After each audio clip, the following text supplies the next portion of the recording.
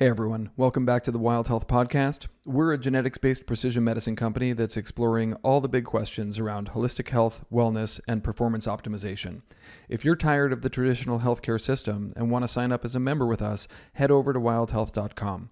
And if you're someone who's looking for a high-touch, all-inclusive concierge medical experience specifically designed for executives and high performers, check out our premium program at wildhealth.com/premium. Now let's get into it. Hey, Carl. How's it going, buddy? Good, man. How you doing? So good to see you. It's good to be seen. Hoping we're going to get to see each other in person again soon. That was really rad. It was rad. All right, we're going to talk about mindful eating today. And before we even get started, we're just going to do an exercise. So this is an exercise I'm like flat out stealing from a journal article that I'll put into the show notes. And full disclaimer, they do this with a raisin, but you know, dried fruits kind of like not the healthiest thing for you, you know. So I figured that we'd wild health it and do it with something more sort of, wild healthy. So what do you have with you as an item to do this exercise? I'm still concerned about what this exercise is, but you told me to get some food, so I got an almond and a couple walnuts. All right, well, take your pick. So get either an almond or a walnut and set it down in front of you. Okay. Stop. I have an almond in front of me. All right, so stop. Don't throw a handful of almonds into your mouth. Okay. There's a good reason to do this. So imagine you've just been dropped off on this planet. You know nothing about where you are. You've never experienced anything from Earth. And with no experience, there's no judgment, there's no fears, there's no expectations. It's all new. So take a couple of deep breaths and relax. Wait, I had this happen to me once. Yeah. No, sorry. It was a college thing, but anyway, go ahead. Different story. Yeah, Different story, proceed. different podcast. Yeah, all right. So take a couple of deep breaths, relax. Okay. Look at the almond and pick it up. And feel its weight. And examine its surface. The ridges, you know, is there any dull or shiny stuff about it? Really look for the first time like you've never seen an almond before. All right, now smell the almond. Notice how you react. Roll it between your fingers.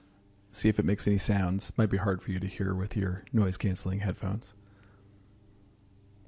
Okay. And then notice if you're feeling anything about the almond internally, and then put the almond between your lips and just hold it there for a few moments. And then let it roll back into your mouth, but don't chew it. Just roll it around. Is there a taste to it? Okay, now just bite down once. And now slowly begin to chew, noticing what each bite brings. And then you're going to go ahead and chew the almond until it's completely liquefied. And then you're going to go ahead and swallow. And then after swallowing, close your eyes for a few moments to notice what you just experienced. And while Carl's doing that, I'm going to say this is a over-the-top version of mindful eating. This is a demonstration of what mindful eating is, which is to really focus on the process of eating. It gives us an approach to food that focuses on our awareness of the food, the experience of the food. It's not meant to have much to do, if anything at all, with calories, macronutrients, how many grams of saturated fat or protein is in what you're eating. And the purpose of mindful eating is not to lose weight, although many people have lost weight when they incorporate this kind of style of eating.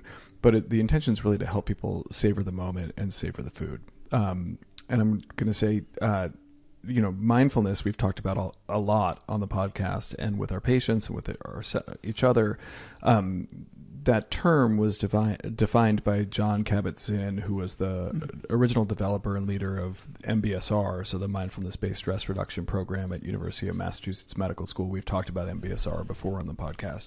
And he defined it as paying attention in a particular way, on purpose, in the present moment, and non-judgmentally. And I think it's just like an amazing definition. And to be able to bring mindfulness to the different activities we do during the day, as opposed to just bringing it to a dedicated practice like, mindfulness meditation or yoga or walking meditation, etc. There's just an infinite number of moments in our day to be able to try and bring some mindfulness into it. So we're going to get into some details on mindful eating, but before we do, Carl, was that like the best almond you've ever eaten? Was it like, not that impressive? Actually, like, what was that experience for you? Well, I've done mindful eating before, but I've never done it with an almond. Okay. There's actually more flavors than just almond flavor. With the almond, there's kind of an earthy tone, and then until you bite into it, and then it kind of releases its almond flavors, and they're more wrinkly than I think. Until you're like really studying them, they're kind of like a prune. Like it's like you've been in the bathtub for an hour. But, that's what I took away. I love it. Yeah. I just did this before we got on because I for a second I was like, hey, maybe we could do this together, and then I realized it'd really be kind of hard to walk you through that with food in my mouth. So I did this with a walnut had a my life didn't change from that moment, subjectively, but was a totally different way of eating than absentmindedly grabbing a couple of walnuts and throwing them in my mouth and chewing while I'm like typing an email or doing whatever else. And guilty as charged. Non-judgmentally guilty.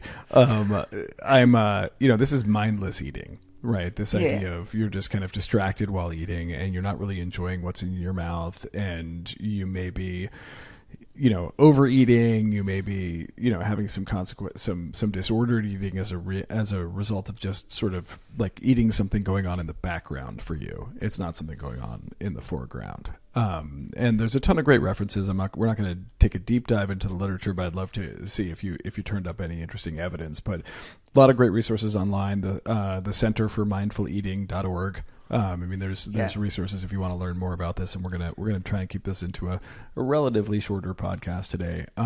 But I guess before I jump in with a couple of questions I had for you, Carl, anything you turn up in the literature looking at mindful eating? Well,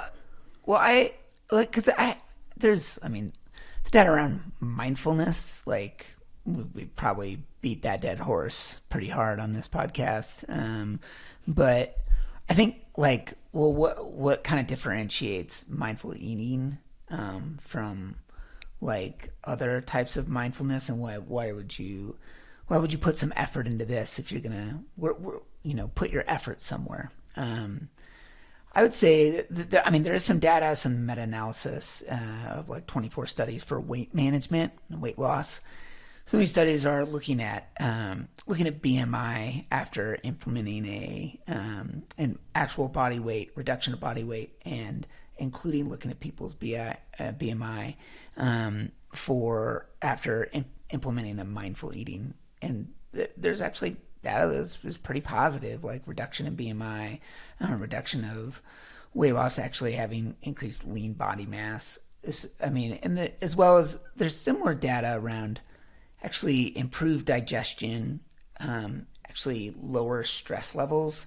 In the Journal of Obesity, they measure cortisol in patients who are already obese, and they implement a mindful eating practice, and they actually have lower like cortisol, which and other stress hormones that can be related to actually increase weight gain, right? So, and then some of the other like overall health benefits, like people have this overall, this is a subjective measurement, but they have this overall increased satisfaction with their meals. People report more satisfaction with their meals as opposed to like at the end of their meal not feeling not just satiated, but like, oh, that was a good meal, right? And feeling like they are done with that and moving on instead of this sort of yearning type of sensation, which I think is pretty.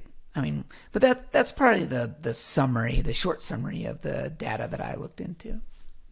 Yeah, I mean, can I give you one guess as to the leading thing in today's society that causes us to eat mindlessly? Use our phone.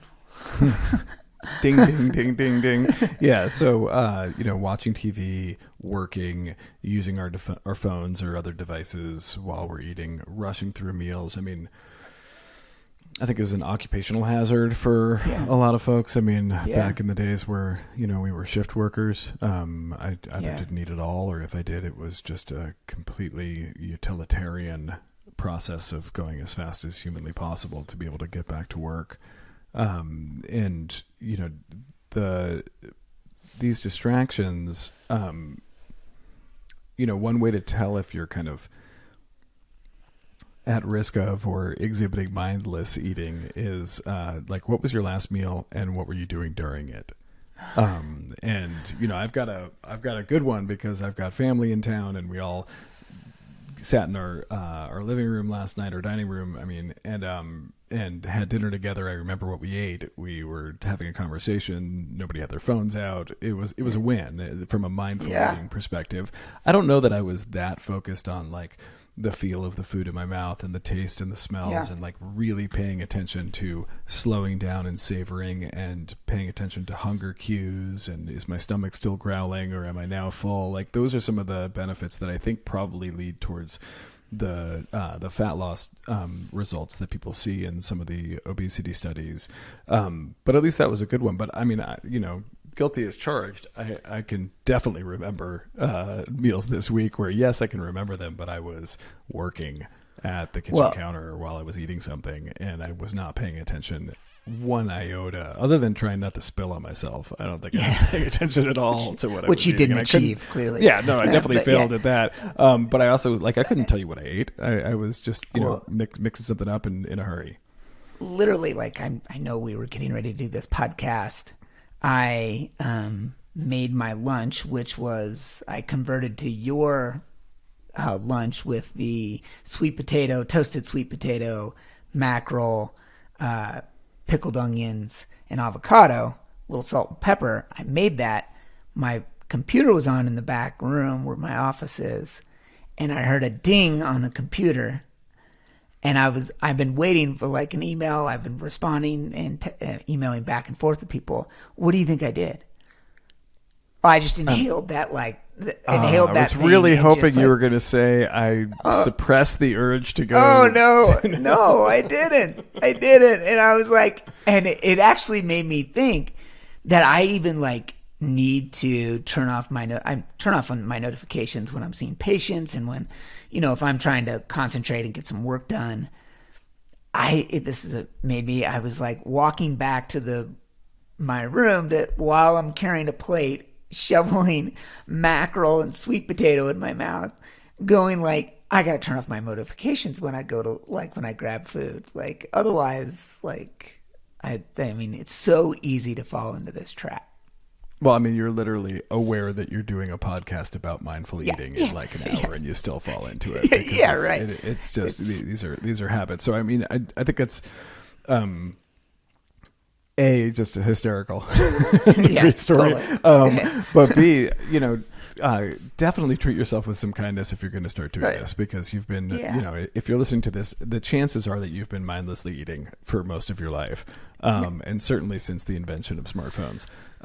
So it's going to take some time to do this, and there are ways that you can, try and make this a little bit more accessible and achievable, right? Well, this is true for any mindfulness or meditation practice. One of the key steps is that if your mind starts to wander, to gently bring your attention back to the present moment and what you're focused on in a non-judgmental way. And that is, in my mind, when you read meditation books and mindfulness, books, that is a part that it's not glossed over. It's just not. I always feel like I'm like, yeah, that's the step. My brain goes to, that's the step I struggle with. It's the like, Right. I'm off the rails.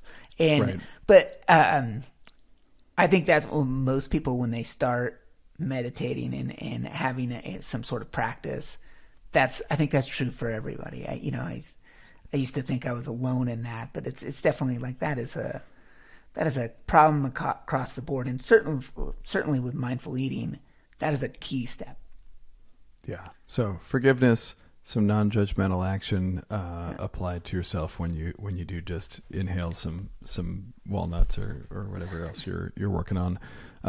If you want some strategies to make this achievable and maybe not so daunting, having like good healthy food with a meal planned in advance and a time to sit and eat, and just having everyone off their phones. That's a great place to start. And then you can work on paying attention to the texture, the smell, the taste, your body's cues around hunger or satiety.